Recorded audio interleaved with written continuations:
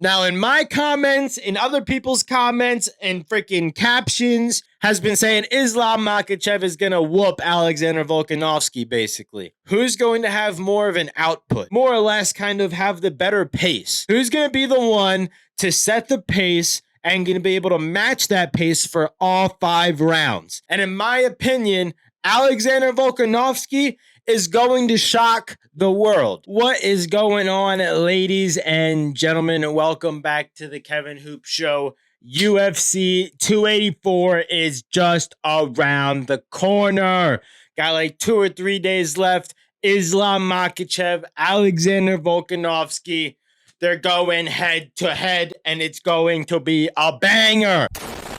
If I were to have to pick a way that this fight ends, it's probably going to go to a decision. Now, everybody and their freaking mom is saying Islam Makhachev is doing this, he's going to do that, and then he's going to do this and finish the fight before it even starts, basically. Now, I respect that. I think Islam Makhachev is a perfectly great, well-rounded fighter in general. You cannot, although, forget about Alexander Volkanovski. He's made such an impactful run as champ right now. 2 defenses against Max Holloway, a win over the Korean Zombie, a win over Brian Ortega.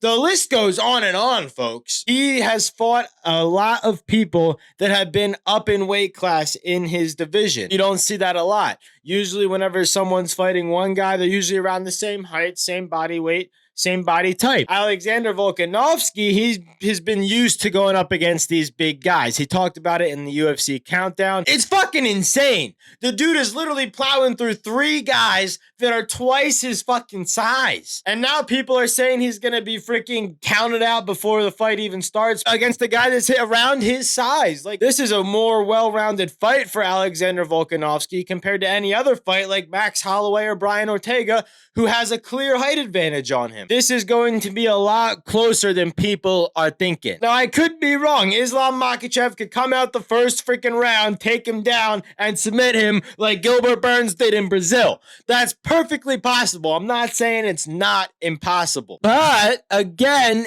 Alexander Volkanovski is at the same tier, in my opinion, as Israel Adesanya and Kamaru Usman. These 3 guys have had their belts for longer than 1 year, 2 years. I'm talking 3 to 4 year title reigns here. And you cannot count somebody out who's doing things like that in this new era of the UFC. In previous years, in previous quote unquote eras, you know, you have the John Jones, you have the Anderson Silva, guys who get the title and make a long run as the reigning champ. Now, I'm not saying that Alexander Volkanovski is on the same level as those guys, but I'm saying that he's made a run as champ that's longer than the majority of people. With that, to me, is showing that this dude is not your average UFC fighter. Out of all of the UFC fighters in the UFC, how many of them actually go on to face somebody that's even more challenging, that's a champ in a different division? Alexander Volkanovski said,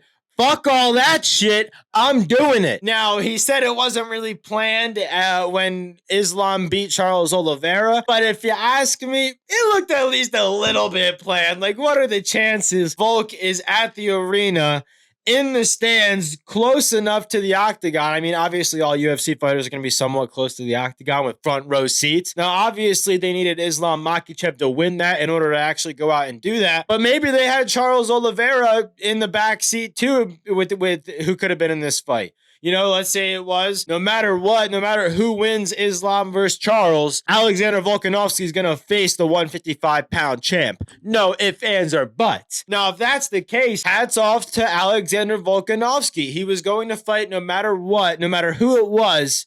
He was going to fight the 155-pound champ. And it just so happened to be the guy that everyone's trying to dodge. Islam fucking Makhachev. Hey, Dana.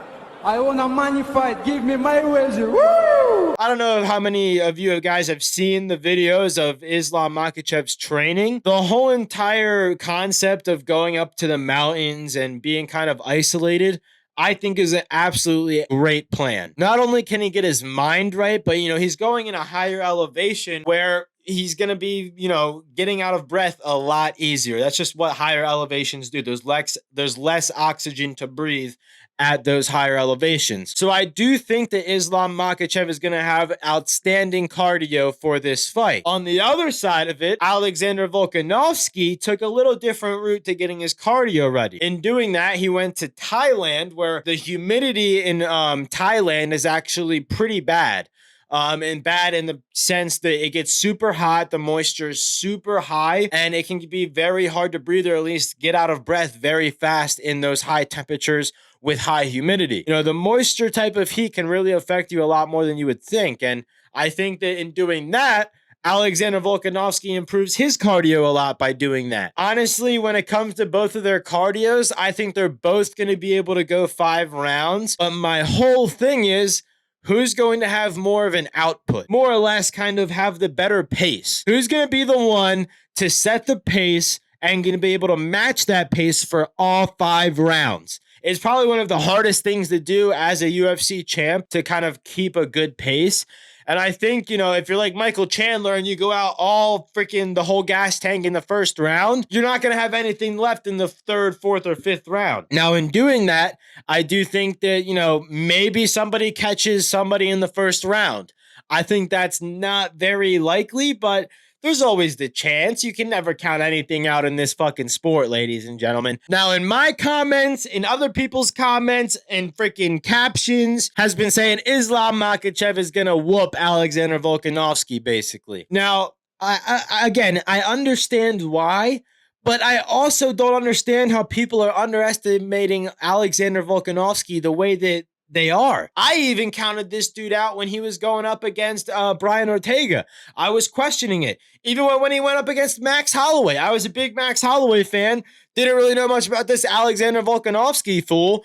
And bada bing, bada boom, we've got a new champion, Alexander Volkanovski. As much as it was unexpected, now looking at it, I completely would have expected that if I, knew what I know now. But I do think that this guy's been underestimated time and time again. Will he shock the world? And in my opinion, Alexander Volkanovski is going to shock the world. At the same time, though, even me saying that right now, I'm like, but Islam Makhachev, dude, he's done nothing but destroy his opponents. And I'm talking about destroy. Like, the dude doesn't give any freaking chance of losing a fucking round. So how could you be saying that Alexander Volkanovski is going to win against the guy who hasn't even lost a round in the UFC? If you look at both of their records, I think that speaks for itself. Volk hasn't lost in the UFC.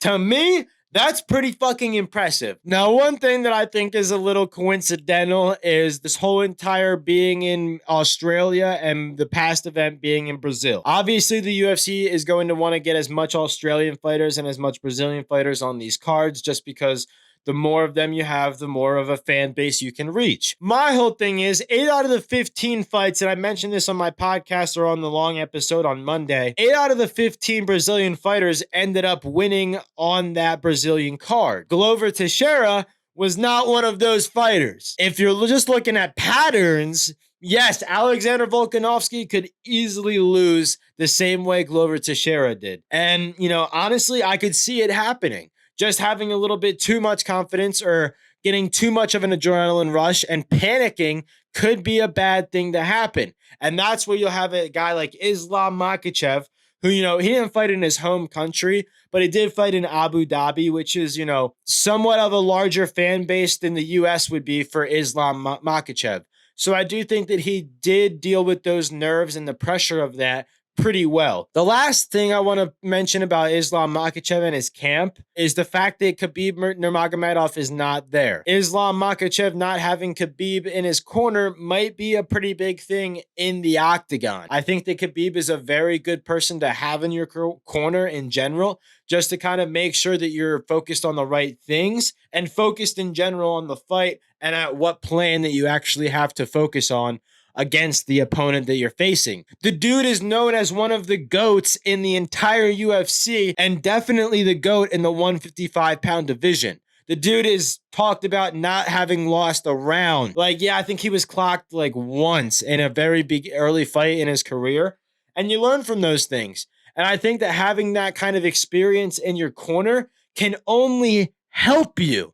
So him not being in the corner can only be a detriment to Islam Makhachev. Now, is it going to be a huge detriment to him? I don't think so. I think he's still got great guys in his corner in general. I don't think anybody compares to Khabib as a coach in general in this sport. The dude is known as one of the best in this sport, and he goes out and coaches these guys. Now, speaking of corners, I've mentioned this a few times. My man Craig Jones is in Alexander Volkanovski's corner. Now, I know Craig Jones is notorious for getting second at these ADCCs, but, you know, if you look at it in general, I think that especially in this last ADCC, Craig Jones was facing a way heavier guy than he was expecting to in the 88-kilogram division. So just in that sense, I do think that Craig Jones is still one of the best grapplers there is in the world right now. He's one of the biggest names in jiu-jitsu, and I think that he can show Alexander Volkanovski a lot of these positions that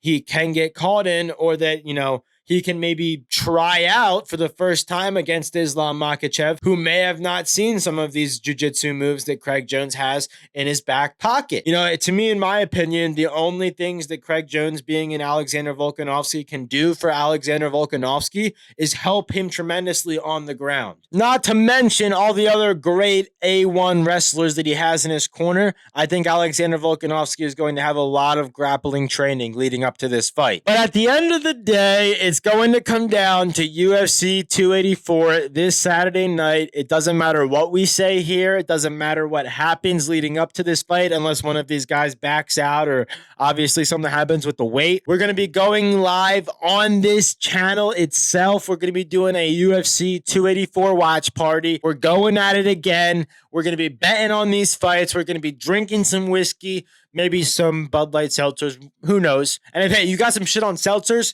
let me know. I dare you. I dare you to let me know in the comments. All right. Like, comment, subscribe, guys. I really appreciate you guys, newcomers coming on and hitting that subscribe button. It really does mean a lot to me. So with that, I'll give you a good old Ric Flair woo to end it.